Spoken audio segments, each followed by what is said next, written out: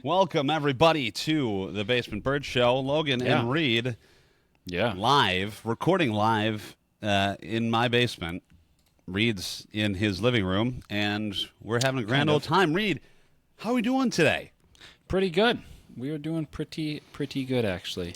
I'm trying to bring the energy. I've listened to... I'm doing great. Is that better? Is that what we're looking for? I was listening to one of our previous episodes, and I kind of sound like I'm falling asleep. So, that's no good. We're going to bring back Hyper Logan. Energy. See how long this lasts. Inject some energy and electricity.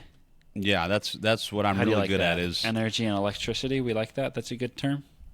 No, it's not. But I appreciate Just energy, you. no I electricity? appreciate the effort. I appreciate the effort. I tried. Yeah. How's it going? What's new? What is new? We are we're 9 days out from opening day. For the hockey season coming up, which is kind of crazy. Yeah, opening day in the fall for you. Opening night. Sorry, opening night. The home opener. There you That's go. been if we you mentioned off air talking about the distinctions between baseball and hockey. Opening night. Home opener is a very baseball term. Opening night. Yeah, We're 9 days out. I appreciate that. Our opening game is 2 days. Home opener for our my less important college hockey, but that's cool though. This is your first season working in professional hockey. Yeah, and we haven't talked about it yet. We alluded to it when your set changed in your camera shot. Oh, sure. Yes. We did allude to that. Yeah, and I don't think we ever really talked about it. So today we want to explore the new Reid. Oh God, I feel like a new Reid. You're like a clarinet player with a new Reid. I love it so much. Like a clarinet player with a new Reid. You know, can I just you've had worse jokes, honestly. That one's not bad. That one's not bad. Can I just say that you made a great decision. Yes. You made a great decision to move to a real sport.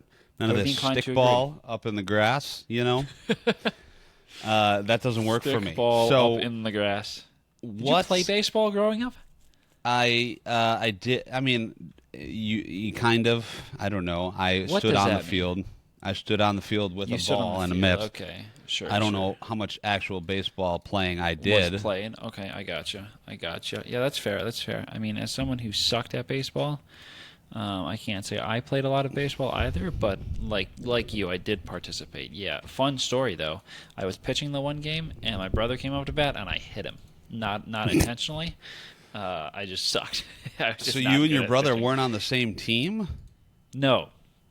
It was like rec. It was like rec department baseball, not little league. Yeah, like very low level baseball, like for the kids whose parents didn't have the financial capabilities to have them play little league, nor were they good enough or dedicated enough. I didn't want to play little league. I had no interest in doing that. I was not a big baseball kid. I switched to tennis eventually, and the rest is history, as they say. I'm damn near Roger Federer. But yeah, I seem to remember painting you all over the wall over here when we were playing ping pong, but that's, I guess, another conversation for another day. Did we play? Oh, we did. Yeah, downstairs. Yeah. I was thinking and you got smoked, if I remember correctly. For some reason, I was thinking of when you were still living at your parents' house playing it there, and I'm like, there's not a ping pong table. I think we did there, play from there. What I remember. Oh, no, maybe we played here. Oh, no. We did play in both. Yeah, you guys have it in that back room. That's right. Yeah. Yeah. I was blanking on that. I think we did play it in both places, yeah. Anyway... Yeah. To get to my question here that I've been trying to get to. We keep getting sidetracked. Now, can you explain the differences to the listening audience of what you did in baseball versus what you now do in hockey? I thought you were going to say the differences between hockey and baseball. That too, please. Well, one's played on ice. No. That would make baseball vastly more interesting. It would. That would be really interesting. So back with the hockey team I was working for, I was doing baseball team. Excuse me. Sorry. Yep, we're off the rails already. Shocker. with the baseball team, I was in a just general creative role. So I was doing graphics, video, game presentation, things like that, kind of a jack of all trades. But, as I say, jack of all trades, master of none. I wanted to become a master of one, and that was graphic design. So I started looking for new jobs. And I found this one with this hockey team here in upstate New York. Took the job. Started back in July, second week of July, and I've been here now for 3 months, which is kind of hard to believe. It's been 3 months since I moved out here, and 3 months since I've started this job. Left everything behind in Pennsylvania and move out here, but we're enjoying it a lot. Yeah. So it's solely graphic design now, which is great. Still help out with game presentation. I run the video boards during games, or will run the video boards during games. I haven't quite done that yet because we, haven't had games yet. But instead of being like show caller and the man in charge of the game presentation, I am simply just one piece of the puzzle, which is nice. So a little bit more specialized, getting to spend a little bit more time doing what I wanted to do, and it's been a lot of fun. And we kind of talked about it last week, discovering the passion, as it were, for graphic design. Mm-hmm. You were somewhere along the road in working in baseball when you figured out that's the direction you wanted to go. Yeah. It probably within my second season of working in baseball. I started to want to do graphics more seriously, and I started to get more opportunities with that as I had talked to my old boss about, and a lot of the big graphics projects he sent my way, so I was able to do them, and he handled a little bit more of the video stuff. We kind of had that split, and I kind of worked with that split with him and my assistant that I had this past half season that I spent there. So that was good, and he allowed me to explore that a lot and grow my skills and things like that. And the sports job market is not one that is easy to find opportunity in. It took a while to find what I was looking for. There were a couple interviews and offers here and there that came and gone that didn't feel like the right fit for a variety of reasons, or looking back at jobs that I interviewed for, not really feeling like in hindsight they would have been good fits. And just kind of ones that felt like I was trying to make it work and trying to make it fit, when in reality I don't think I would have been happy with those. But I can say that when this one came around, it felt like a really good fit, and it has ended up being a really good fit. It's been pretty much everything I've been looking for. It's a really supportive staff and things like that, good people to work with. The patience paid off. It was frustrating at times, but here we are in a good spot. Well, this, much like my current role for you, and it was I don't want to say an accident, but like for me, when I wasn't necessarily actively looking for a job or a new job. Yeah. It just kind of, the opportunity kind of just presented itself when I wasn't ready for it. Sure. And it kind of worked out. And you want to talk about that maybe a little bit? Yeah. It was interesting how I found this job. So I was pretty intently looking the second half of last year. There were some changes in place at my old workplace that kind of rubbed me the wrong way, and didn't have me fully pleased with the whole situation there. But I was never one to just leave I don't want to leave a job without anything lined up, obviously, especially, not really having, not being in a market that had huge opportunities for backup plans, if you want to call them that. I was mulling a lot of options. I was looking at other jobs. I was, considering coming back to the school we went to and doing grad school and things like that, and finding opportunities in the Chicago area. Nothing really ever felt right. So fast forward to November of last year, my old boss at the baseball team left, and I got promoted into his role, and I went into the new year with, a little bit more excitement and optimism that things would change, and I would be in charge of some things, and implement some different processes and stuff that could make my life a little bit easier and more enjoyable, to say the least. And some things worked, some things didn't, and I still wasn't too happy. But kind of from I'd say October to April of, from last year to this year, I hadn't really looked at jobs. I told myself that I would, try out the promotion, see how things went, and I happened to be talking to my brother one night in early April, and he had mentioned how he was looking for some new jobs and stuff, and I pulled up, good old Teamwork Online, which I am no stranger to. And literally found this one job that I ended up getting that I applied for, and it was the only one that I applied for and wanted, and felt like I had a chance at. And fast forward 2.5 months later, I got the job, and here we are. So it definitely came from a point of like I was looking, but I wasn't like actively searching, or I guess I was open to something new, obviously, but I wasn't actively looking until I happened to look that one night, find this job, sent it to my old boss. He thought it would be a good fit for me. Threw my hat in the ring, and here we are. Yeah, I mean, I think what my experience working with college students recently is, I think, sometimes overestimation of how likely you are to get a job, at least in this absolutely market. Yeah. It's a tough business to be in. Oh, 100%. And working in sports media, as a blanket term, I guess. Yeah. Because the jobs are few and far between, and number one, you have to be willing to relocate, much like you did for both jobs, really. And you have to be willing to be told no a lot.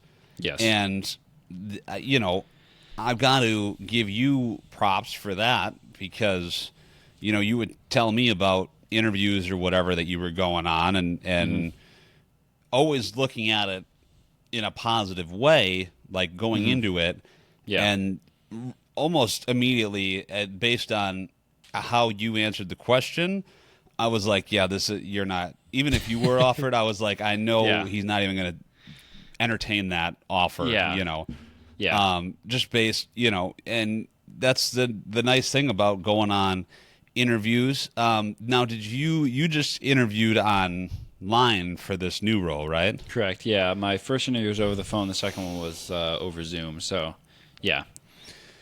How was that first time you walked in there? Then, I mean, you haven't ever met these people. You know? Yeah, it's always a little nerve-wracking. New area, navigating the new area, navigating the move, obviously. It was the same thing when I moved out to Pennsylvania. I went into both jobs sight unseen. But at the end of the day, you just have to, know how to,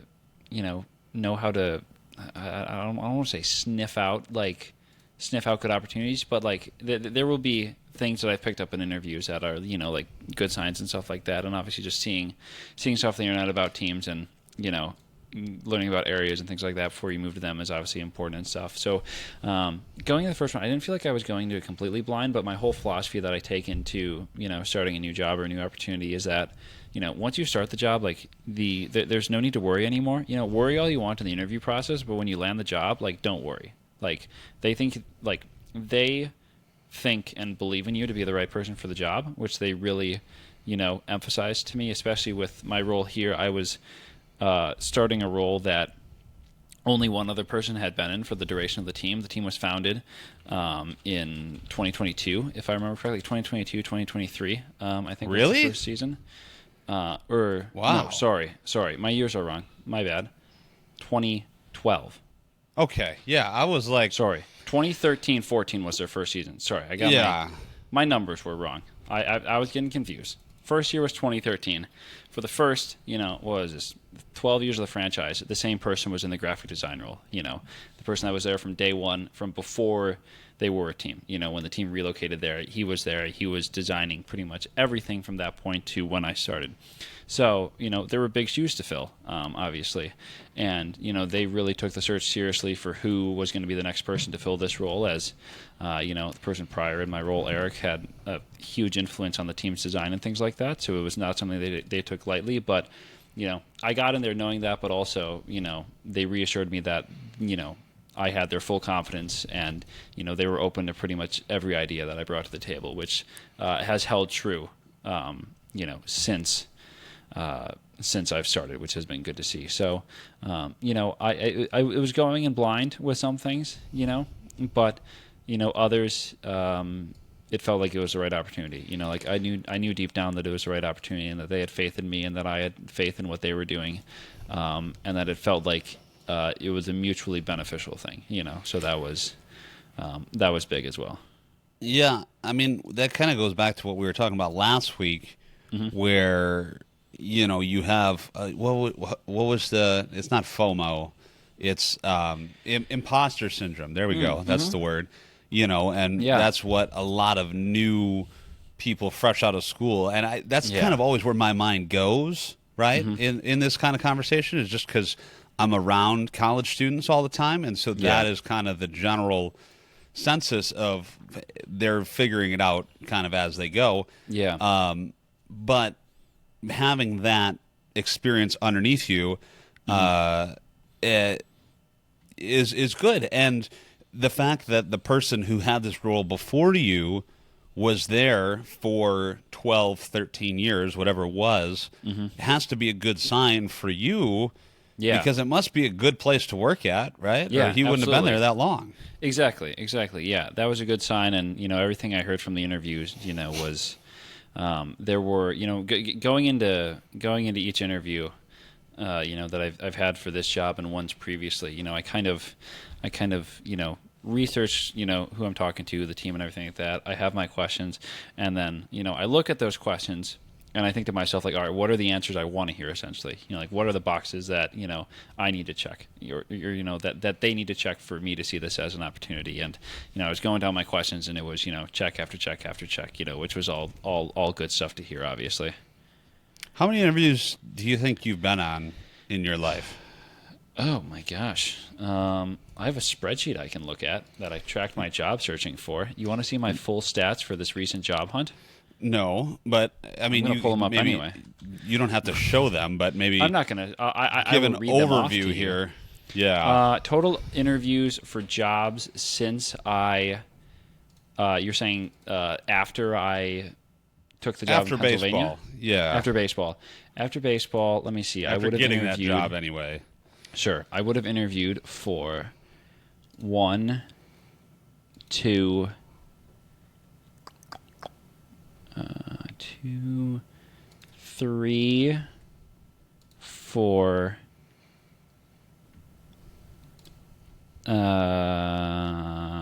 5, 6. 6 jobs I got interviews for. Yeah, my whole stats for the job searching this was from the time of, call it.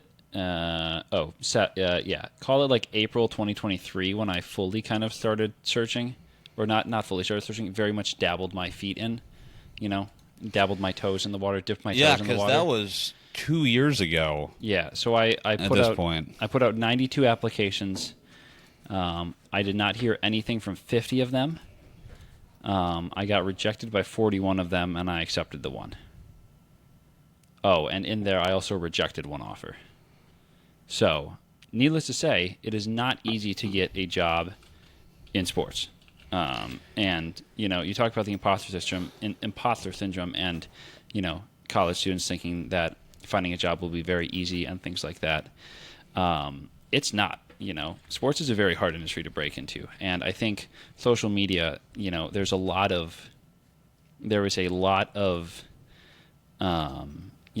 lots of people on social that work in sports that kind of glamorize it and make it seem like it is this, perfect job, and it is, a dream job, which it is. It is. I wouldn't want to work in anything else. But a lot of the days aren't glamorous, and a lot of the days are long hours, and they're hard and things like that. But it's also not easy to get a job. People post these, how I got my job in sports. I did internships. I made connections. I talked to professors. Okay, I did all of those things, and it took me a while to find a job out of school, and it took me a while to find a job now. There's no magic bullet. There's no silver bullet to get a job in sports. It's a tough industry to break into. It is tough to work into. It's not for everyone. But there's definitely that I feel like there's this view around it where it's like, oh, it'll be, I'll be able to find this job. I'll be able to jump to the major leagues first, and, be able to work for my local NFL team and stuff. And like most of the time, you have to work your way up just like an athlete would. And that was one thing I think back to the internship I had in Southern Illinois back in 19. I did a mid-season review with my boss, who ended up becoming my boss in baseball, my first full-time job, and he asked me two questions. To start, it was, what's your dream job? And my dream job was to work for an NHL team at the time, which I would say it still is. And then he asked what that practical first job is out of school, and that really put it into reference early, about what kind of, path you kind of have to be ready to go on if you want to work your way up. Obviously everyone's path is different. Some people do get those, major league jobs straight out of school, and great for them, but for a lot of people, it's not that easy, and you have to work your way up. And I think that's a lot of part that people don't see. People don't see the lots of job hopping happens in sports. A lot of jobs may be seasonal, only during when the season's going on. So it's a yearly contract, and then you're looking for something else. You're moving around a lot. I think there's a lot of things that college students don't realize, but it can feel taxing at times and tiring, but it's also really rewarding at the same time. Yeah, I have two points I want to make, and then we got to move on to news. Mm-hmm. One is, you said you did all these internships. You talked to professors, mm-hmm. and the internship is what got you the first job. So it did, yes. Internships can get you jobs. Internships do get you jobs. Right. They do. But a lot of it, it's like in order to get, I feel like any job, any full-time job, you need the experience, but you also need a lot of luck, Yeah. Like, if you get someone on a bad day reviewing resumes, they may not look at yours, or right. Or if you go to a company that has some AI resume skimmer and it doesn't like the formatting of yours, there's just like luck involved with it. There's luck. There is the people aspect to it. You could think that you did really good in an interview and you didn't give any of the answers they were looking for, or you could think you did really bad in an interview, but everything that that you said they liked, So there's so much, variability to everything, obviously, that makes it just tough in general. Yeah. And then the second point I wanted mm-hmm. to make was, you said sometimes people do get jobs straight out of college and go straight to the pros. And I know firsthand of an individual who I found it very frustrating that this person went literally from graduation to working for a full time in professional hockey for a pro team straight mm-hmm. out of college. And that kind of just, I don't know, it bothered me because I know like the grind that you were on, and mm-hmm. as much as I would like to do that, that just wasn't the opportunity for me. Sure. And yeah. now probably won't be going forward, but mm-hmm. that's okay, Yeah. And it's just frustrating for me to see that, because I know you and many others that mm-hmm. I'm close with who want to work and are severely qualified, overqualified, all of the qualifications that are necessary, right? But just don't have that opportunity. And then to see someone who is not, I shouldn't say not qualified, but not as qualified as some other people, or as passionate or whatever, to then just go straight in that role, to me is frustrating, and I imagine it's similar for you. Yeah. I mean, a part of it, what it comes down to too, is who you know. It's who you know. It's what you know. My first job was a combination of what I knew and who I knew. Knowing my boss going into that baseball job was huge for me to get that. I probably wouldn't have gotten. I know for a fact I would not have gotten the job that I applied for with that team had I not known my boss. I know that 100%. So I'm obviously grateful for that. But to your point of seeing the people that, knowing their qualifications and, questioning their experience levels on where they are and stuff like that, I try not to dwell on that too much, because, at the end of the day, comparison is the thief of joy, I know that Yeah. I'm qualified, and I know that I enjoy the job that I'm doing. You know, and you know, at the end of the day, I feel like the more qualified person is going to have more staying power. You know, like who you know may get you into your job, but eventually what you know is going to get you to stay. You know, Yeah. You can't ride connections, you know, the whole time. You know, you of everyone in any job reaches kind of like a put up or shut up moment. You know, where you know it's like all right, you know your stuff. You know, show it. You know, so Yeah, dude. I think that's something to think about too.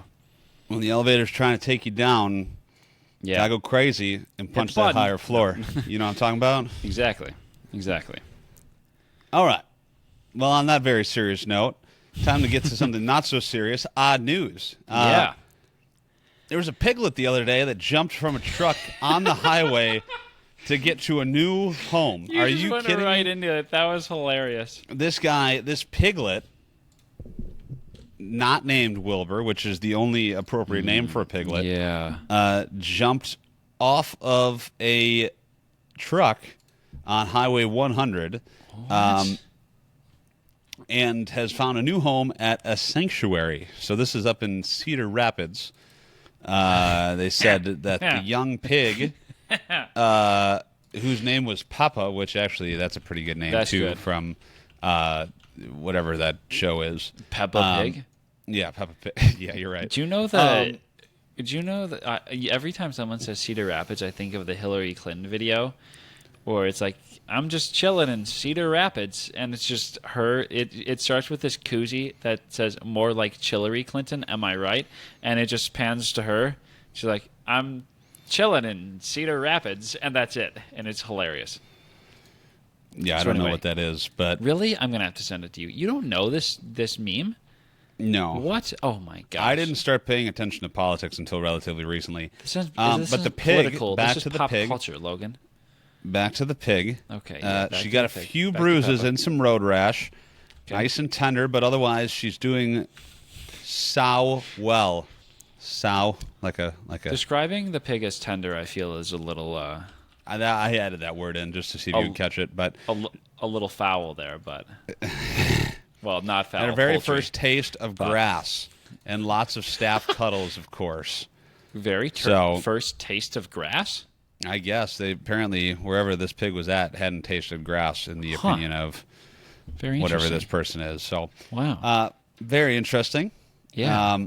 That reminds me of I told this story on the podcast, right? When we were going down the highway, and Nicole and I were driving down the highway, and there's a truck, and in the truck is all these little piglets, and Nicole's commenting. Did I not tell you this? No, I can So- only imagine oh, what you're God. going to say in this. This is going to be brutal.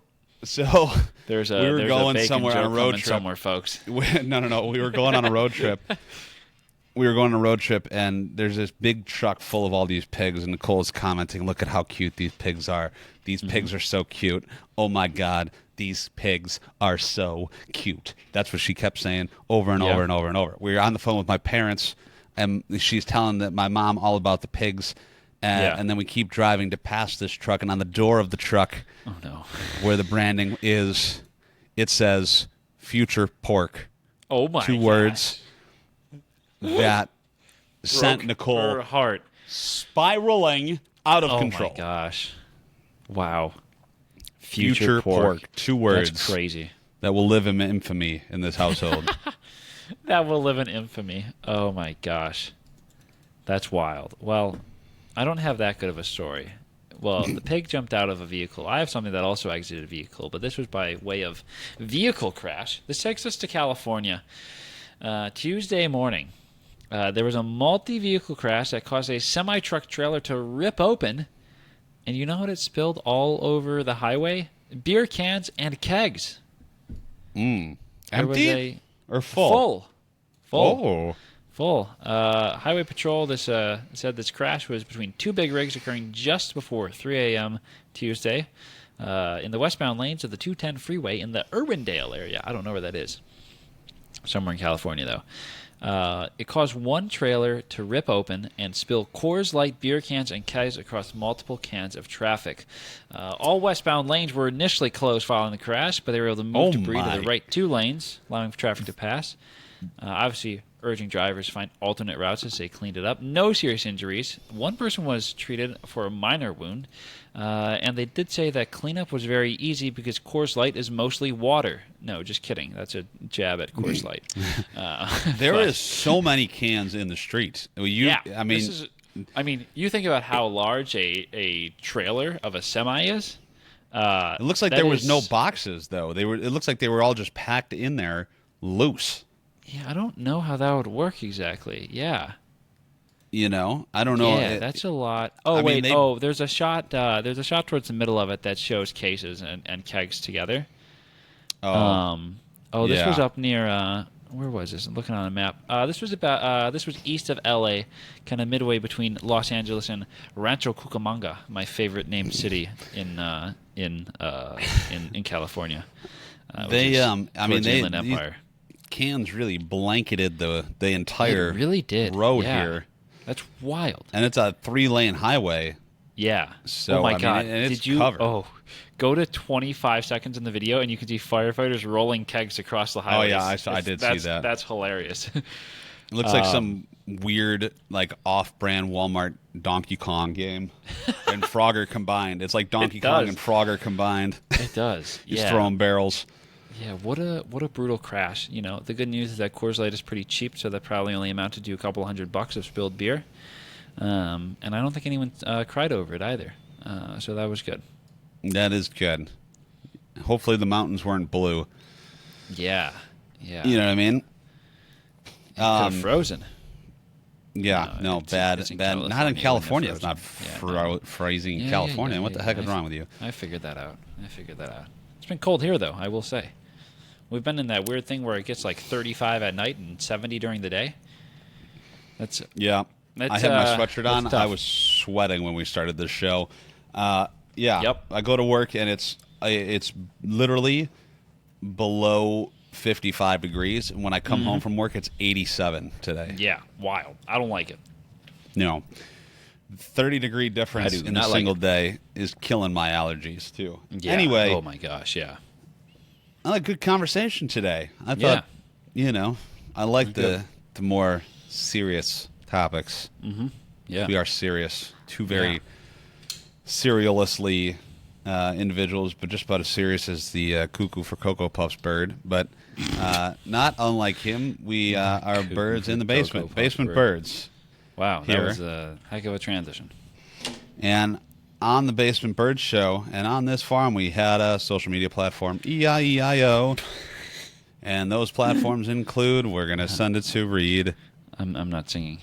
We got Boo. Instagram, TikTok, YouTube, Spotify, and Apple Podcasts. E-I-E-I-O. E-I-E-I-O. Thank you all for listening to this wonderful show. We'll catch you all on the next one. See ya. Bye.